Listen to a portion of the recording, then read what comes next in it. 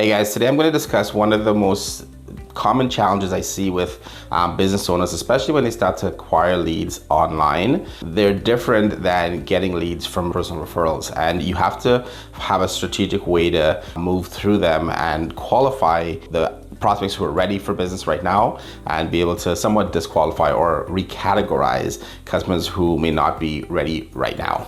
And for that, what we use is I'm going to teach you a framework that I've learned that works really, really well in terms of helping you qualify and keeping your sales pipeline, the customers who are ready to buy right now.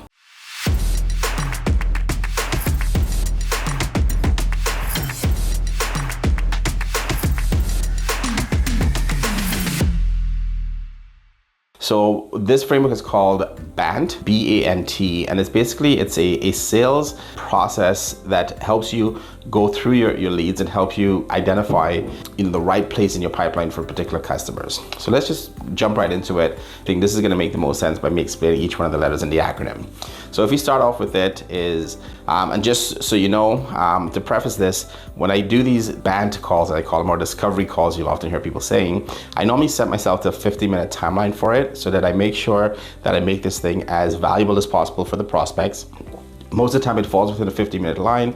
Sometimes it may go a little bit longer. Most of the time you can buffer it around 15 minutes. And I normally just have a pen and paper and I write down those 4 letters. So B-A-N-T. And I have a conversation. So let's start from the top. So B stands for budget. That one's simple. Can your customer afford what you're offering or not? If the customer can, great. If they can't, then you gotta look for an alternative offer or offer some kind of a payment plan or some kind of alternative.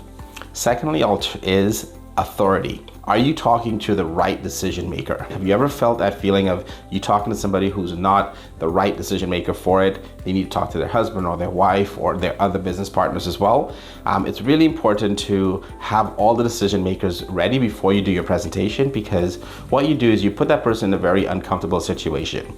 You're an expert at what you do, so you can present it in a way that covers all of the key points. If you give it to somebody who's brand new, who just heard it for the first time, they're probably not going to stress on the key points. They're going to remember the points that were most important to them, which may or may not be helpful to you in the sale. Third letter of the acronym is need. Now, although this one's the third one, this is usually where I start my BANT conversation, is I try to understand, does the customer really need the product or service that I'm offering? And just asking them a simple question like, what motivated you to jump on a call with me today?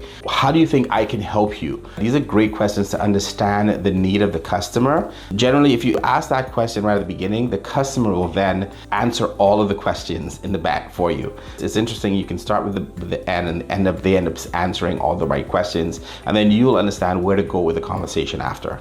Last but not least is time, and the last letter is T for time, and this talks about urgency. How soon is the customer or the prospect looking for a solution? Is it tomorrow? Is it a month from now? Is it next quarter? Or even a year out? By understanding that, you can put them in the right bucket, I should say, where you can maybe have to deal with them now. You might set a reminder for a follow-up meeting at the end of a quarter, or you might just put them on a nurture sequence to help get them ready. Maybe they're just looking for information now and they'll be a prospective customer in a year from now. So it's important to understand that. So by doing that, you make these calls or these discovery calls to the customer extremely valuable, because you're asking the right questions, you get them to look into what they're doing. And by keeping it to 15 minutes, it really gives you an opportunity to not start selling things, not start over pitching. That first phone call is really intended to build a relationship, understand if you guys can work together, and that's an opportunity for you to ask some great questions. The customer can ask you maybe 1 or 2 quick questions, and then you guide them on to the next step. If your product is something that you can sell on the first 50-minute call, kudos to you, great job. Most of the time you'd need to schedule a follow-up call where they submit a form or they meet with one of your team members or you do a demo. But within that 50-minute section, you can help them, ask them a couple key questions and set them up for the next step in the process. Hopefully this helps you, and I'd love to hear your comments. Are you using something similar to this?